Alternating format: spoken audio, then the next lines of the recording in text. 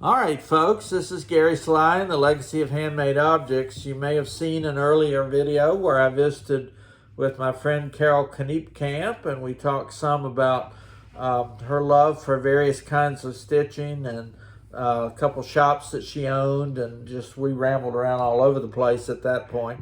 Yeah. Today I wanted to get a special look at something that Carole has preached to me since we first met, which is knowing a little bit more about Hardanger embroidery.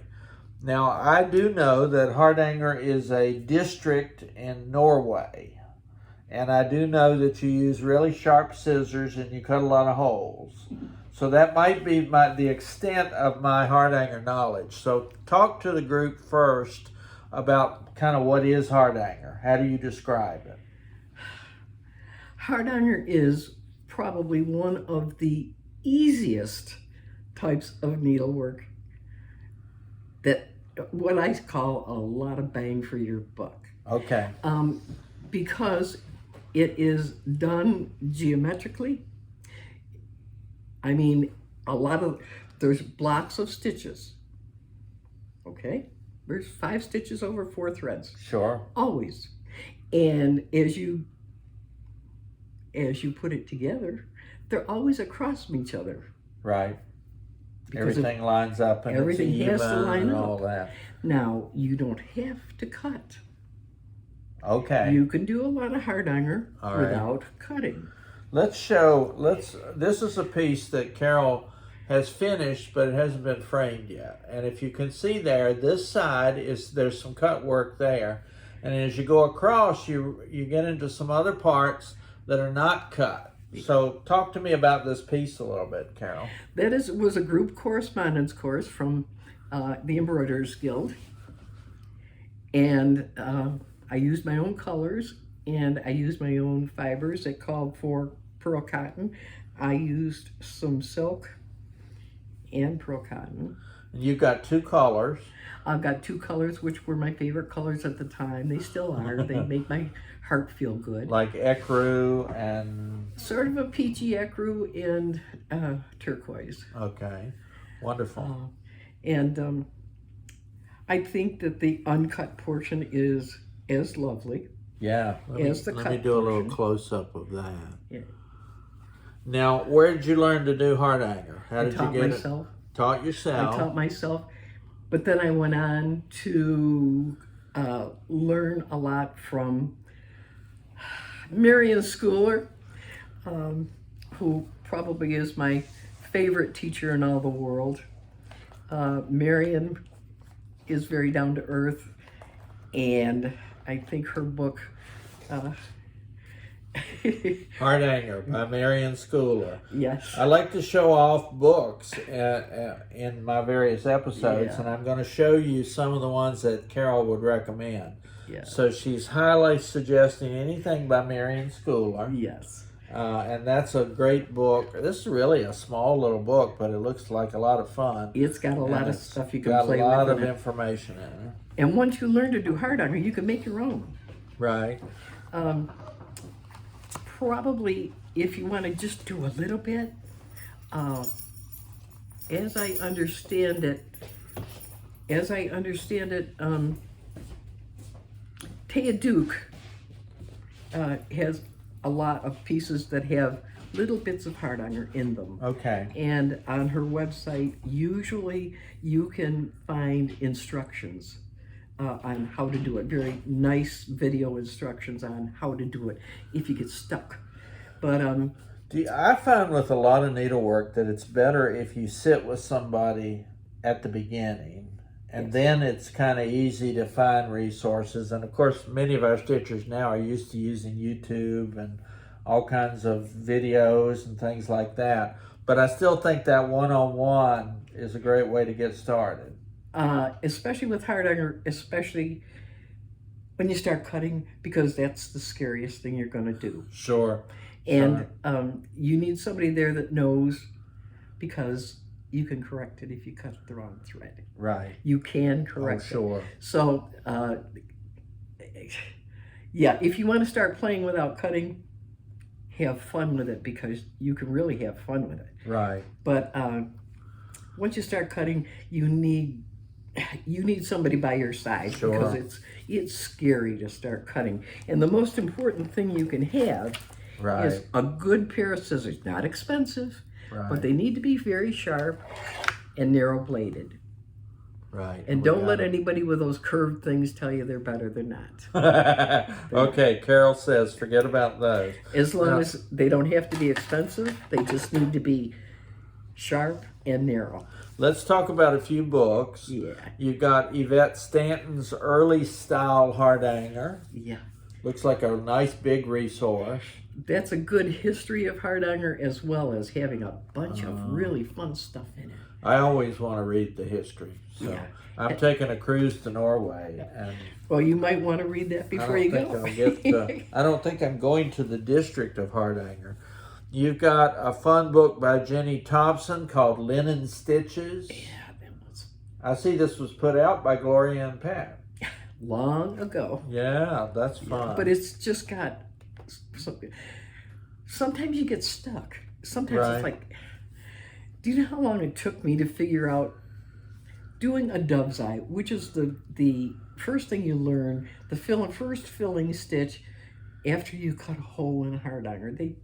You learn how to do a dove's eye. Right. And it's just a loop, a loop, a loop, a loop. But remembering how to start. What do you go down or do you come up? Right, right. It's great to have those. It's great to have something. Now you designed some Hardanger. This is a beginning Hardanger piece. It's just a little scissor keep, and it's always been real popular because it's useful. Sure. And because you can do it without cutting, or if you want to, you can cut and do a filling stitch. Now, what I'm most used to seeing with Hardanger is this white on white kind of design. Is that typical for the traditional, or did they use colors a lot? That was traditional. Okay. That was traditional. In fact, I saw so many pictures of Norwegian women with Hardanger aprons that I thought, oh my God, after all that work, and they've got an apron that they're out there, cooking Getting stew. beet juice on, yeah, exactly. And I thought, wow, they probably just pull a thread out of the bottom of their skirt and sew with it and stitch with it. I don't know. But yeah, white on white has been traditional. But I've never been a traditional person. Right. Well, I was thinking, as you said that, for an apron, if it were red, that would be even better, because then the tomato sauce wouldn't show up. Exactly. So this is a piece you designed? I don't know if I designed it or not. So I put it together. And was probably somebody's design that I made it fit what I wanted. Great edges. Now that looks to me like wool thread, maybe? No, it's cotton. That is Karen Collection wildflowers. Okay. Karen Collection wildflowers, and the filling stitches are pearl cotton, but they're either pearl cotton or one strand of Rainbow Gallery Splendor. Fun. Here's another book. Advice is for listening to, not necessarily taking. Is this? Oh, this is another Marian Schooler, which we love. So that's a good one to think about on your list if you're looking for things. Yeah. Why do you have the right-handed embroiderer's companion here? That was my very first Yvette Stanton book. Okay. And only because it's got some of the most magnificent diagrams of stitches in it. And because she's so easy to understand, even though she's Australian, she's very easy to understand. You can get her books at Books A Million. You save a whole lot on postage. But it's just, she's readable. Not only are her diagrams clear and instructive, but her instructions are readable. Now, Carole Peterson is another name that I've heard from. Yeah. And there's a Hardanger book, Tips, Tricks, and Fix-Its. Yes. I've had a couple teachers doing Hardanger in my class, and I think you're right. Having somebody to tell you oops, I just clipped the wrong thread, what do I do? What do I do? Is real important here. Yeah. Yeah. Because those are very sharp scissors. And the last book, Carole said this book drives her crazy, and I understand why, because it's a complete guide to needlework. But if you ever see one of these in a used bookstore, buy it, because it's got everything. It really goes through crochet and tatting and lace work and stitching and all the different stitches and all that sort of stuff. So I think I may have reviewed that in an earlier video as well. All right, I want to see some more of your work here. So you've got some little bitties. Little bitties. I'm just going to pull these out. I'm sure that most of you all who are stitchers know that the smaller the stitching, the harder it is. Yeah. Isn't that right? Yes, sir. And I think that's probably doubly true when you're talking about these kind of things. But I love the colors you've used in these. They really lend themselves nicely. You need to do something with these. They fit nicely in cardstock. If you make your own cards. Oh, that's a nice idea. People love to. Can you imagine getting one of those for the holidays too? There's think a lady in my Weavers Guild who does a different weaving every year for her cards. There's one. There's a Christmas card with some Hardanger in it, and I see the metallic threads and all the specialty stuff. Do you hate metallic threads as much as I do, or do you like them? I like working with metallic threads. I have my druthers. Some you can't get anymore. Right. No, So you don't hate doing them? No, but they drive me bananas. I have found sometimes I substitute sulky sewing thread in a metallic, because it's easier. If a pattern calls for metallic, I substitute. Yeah. We were talking in the first episode with Carole about male stitchers versus females. That's one thing where I substitute. I don't like metallic threads. Here's a wonderful piece, and this doesn't have any cut work at all. Oh, you don't have to cut, and it still could be lovely. And you've got some eyelets in the middle, so there are some holes, but no cut work. Well, I think that might scare people. I think that might be one of the things that scares people about Hardanger is, do I have to do cut work? No. And you don't. It's very geometric, so if you like pattern and that sort of thing, I think, geometrics is something I love a lot, and architecture too. Yeah. This looks like a snowflake, and you said that's a Christmas ornament with Hardanger. Every good stitcher has to have their own name tag. And if you know Carole, you know it's got to have some Hardanger in it somewhere. And here's another piece, and that's got some silver metallic in it as well. Is there anything else over there? You got some Tenerife lace. I got Tenerife lace. Let's just show that off while we're at it. Yeah. Lace, of course, has holes and openings, and for somebody who doesn't know what they're looking for, they couldn't probably tell you the difference. And the thing is, this linen is also the linen that is in the center of these. This has all been cut away. It's been stitched and cut away. So it's a similar kind of process. It really is. That's why that intrigued me too. I bought this in Tenerife. When I knew we were going to go there, I had to have a piece. And they just used a slightly darker color thread to do the stitch work. But that's called lace? It's called Tenerife lace. And right now, they're teaching Tenerife lace in classes, but usually you start with a base of like a star threads, and then weave in and out of the threads. Okay. And if you look closely, you can find that in that fine lace. Right. But there was a lady in our chapter, Mary Paul Beams, who did Tenerife lace on every single one of her sweatshirts and t-shirts. I've seen her name. Yes. Mary Paul was an accomplished quilter, stitcher, but she did the modern Tenerife lace on all her shirts. I just think it's so important that we pass along these skills, and that people can, and I want to say this because I hear it all the time. People say young people don't want to do any of this stuff. Well, some of them do. Yeah. I have them in the shop who want to do this kind of stuff, but they don't see us doing it. They're not around people who do it. I bet you there are kids that come into my shop, I call them kids in their 20s, who would just love to figure out how to do Hardanger, but it's not as accessible as it used to be.